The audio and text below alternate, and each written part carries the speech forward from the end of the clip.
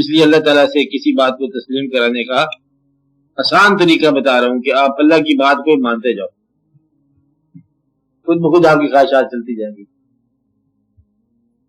آپ زندگی میں بوجھ نہ بنا لو اپنی خواہشات کی وجہ سے، خواہشات زیادہ ہو جاتی ہیں آپ کی. اتنا ممکن ہی نہیں ہے زندگی میں ان کا پورا ہونا.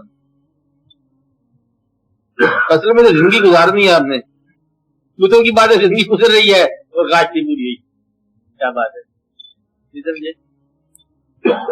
خواہش کیوں دی اللہ نے کہ اسے زندگی گزرے، اور آپ زندگی گزر رہی ہے تو خواہش نہیں پوری ہو رہی.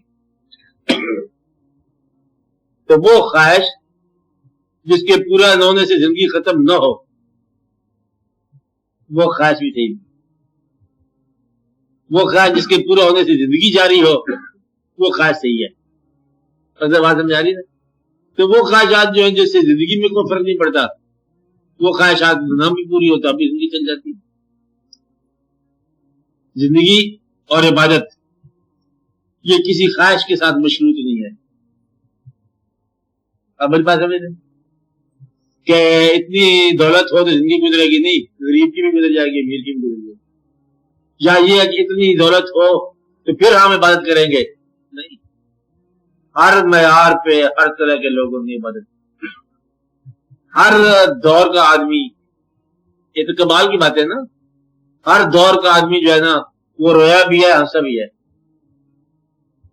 ہر طبقے کا آدمی جو ہے روتا بھی ہے ہنسا بھی ہے.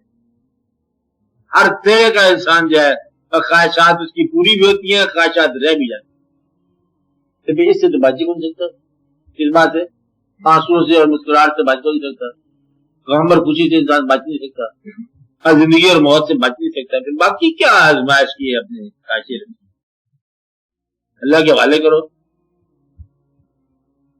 یا پوری کر لو پوری خواہشات. اگر پوری بھی نہیں ہوتی، چھوڑی بھی نہیں جاتی، یہ ہے نصیب. کہ وہ چاہتے وہ چیز ایسی حاصل ہو، لے لو، حاصل کر. حاصل نہیں ہوتی چھوڑ دو، چھوڑی نہیں جاتی سزا بھی. جو چیز حاصل نہیں ہوتی اور چھوڑی بھی نہیں جاتی، یہ فیصلہ کر لو آپ خود ہی.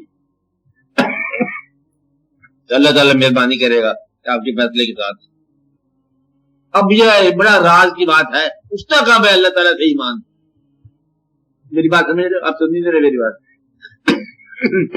آپ اطلاع دی تھی لوگوں کو کہ یہ ایمان اٹھتا کہاں ہے. افسر صاحب، اعتماد کہاں اٹھتا ہے؟ اللہ پر. جہاں سے بنا وہیں سے اٹھتا ہے،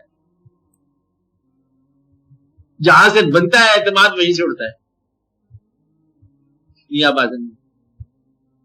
مثلا نماز سے آپ کو اللہ ملے، احساس ملا کہ یہ اللہ کے میرے قریب جاتی بات. نماز کے رہ جانے سے اللہ رہ گئے.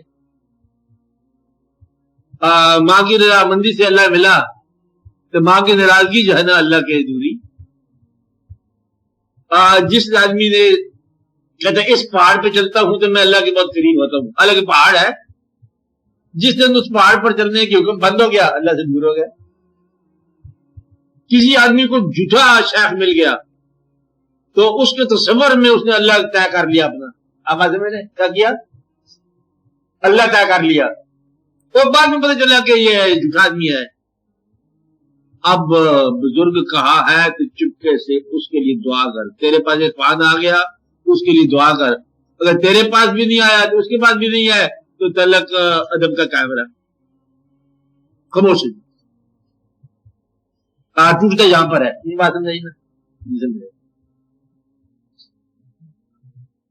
مطلب یہ ہے ایک استاد ہے آپ کا ٹیچر چھوٹی جماعت میں، جہاں کتنا بڑا علم دیتا تھا، وہ بہت بڑا علم دیا کرتے تھے. آپ کی جماعتیں چھوٹی تھی. پھر ایک بار آپ نے زیادہ علم پڑھ لیا، اب آپ ٹیچر سے بھی زیادہ علم حاصل کر گئے. لیکن جب بھی وہ سامنے آئے آپ اسی طور پر اسی ادب میں وہی بیٹھے. اگر آپ کا علم جو ہے اندر چھلانگے لگاتا ہے سمجھو معلوم ہو گئے. اللہ کب ٹوٹے گا؟ جب آپ استاد سے زیادہ علم حاصل کرنے کے بعد استاد سے زیادہ اپنے آپ کو محترم جانو. آپ بات سمجھ رہے نا؟ کیونکہ استاد جو ہے وہ اپنے علم میں کم ہونے کے باوجود آپ کو استاد کے انداز سے ملا، سامنے سے آگے ملا. یہ بات سامنے سے آگے مجھے کیا کہہ رہے ہیں؟ جو انسان سامنے سے آگے ملا اس کو ہمیشہ ہی سامنے رکھو، چاہے آپ اس سے آگے نکل جاؤ. جو چچا تھے آپ کے، چاہے آپ کتنے ہی کمزور ہو جائیں اور آپ کتنے بڑے ہو جائیں، ان کو چچا ہی کہو. آپ بات سمجھ رہے؟ جو استاد تھے انہیں استاد بھی کہو. جس کے ساتھ آپ ادب کے ساتھ رشتہ قائم رکھا ہو کسی طور پر بھی، اس کی خامی کے بعد بھی وہ ادب کا رشتہ جو ہے نا بے ادبی کیوں نہ بنانا، خاموش کر دینا، جس طرح اور مرضی کر، لیکن بے ادبی کرنا ہو.